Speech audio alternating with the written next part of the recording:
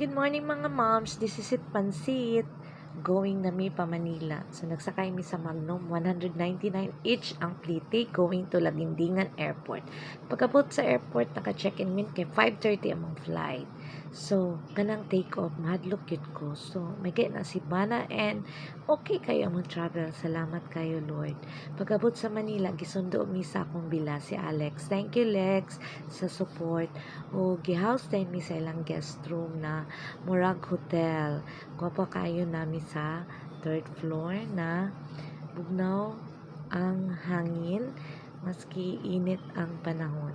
So muna yung plan ni Habi na mag-celebrate sa mong 25th silver anniversary, wedding anniversary, just the two of us sa Manila, magbakasyon.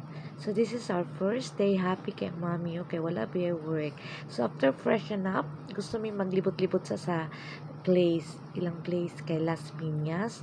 Nangutana ko sa kong sisinlo kung nabay mga keto outlet kay saan na tani kuan ba ya low carber.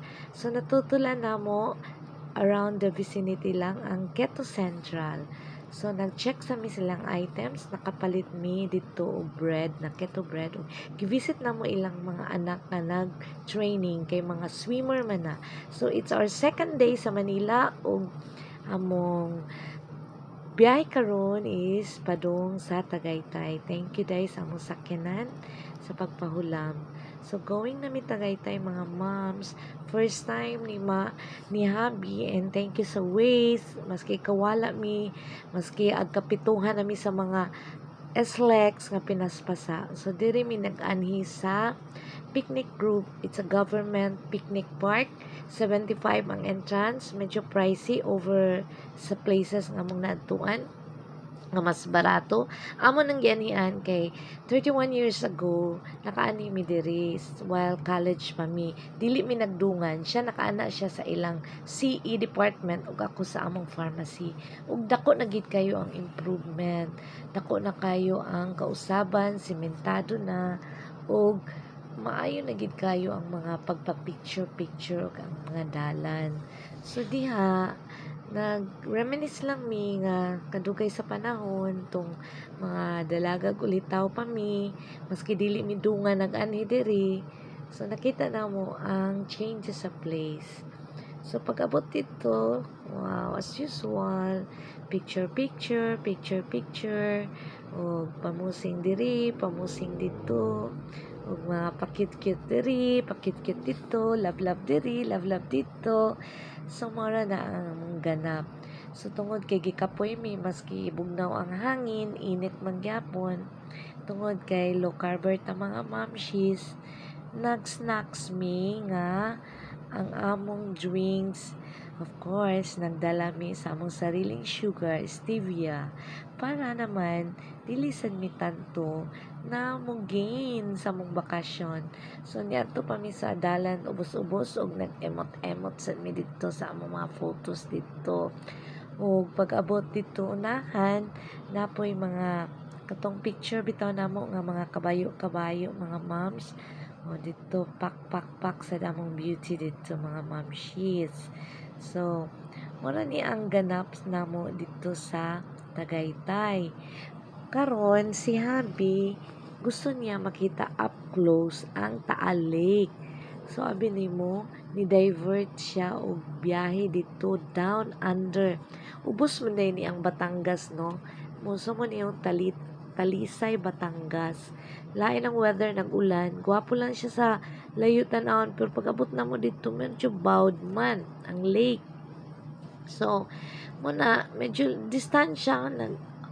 Abot kid mi dito sa ubos. Down day kining Batangas, no?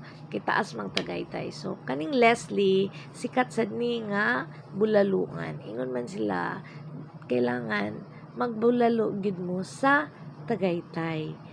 Og nianhi mi diri og nikaon mi o check their menu masin gusto sad mo mag-travel diri. Leslie ang place, tiada among lugar gipili og amo lang gikaon gyud kay low carber man gihapon mi is bulalo lang minus the mga patatas ug mais. Eat all you can. Og nagpa-picture pud mi diri dapit area sa Leslie. So gabi nami nakaabot sa may sentro. Nagplano mi mo atog BGC na pa mi 1 hour to stay. Ug nakahabol gyud mi maski naglisod gyud mi sa mga ways kay ang ways di man good na siya magstorya kay details labi na nanay mga split. So kung habi may gani kayang-kaya ra sad niya.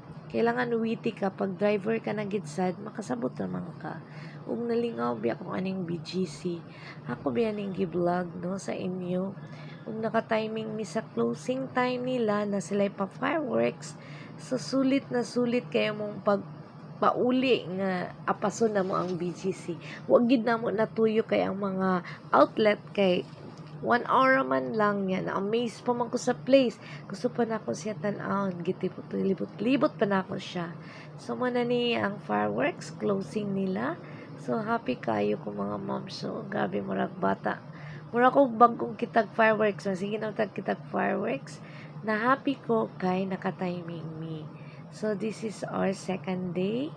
And, wait for my part 2. I-check na ko kung na part 3. Parang it's a 1 hour video, mga moms. Thank you for watching, mga momshies. Follow me. Sa mga viewers nga wala pa naka-follow na ako, please follow me. Bye!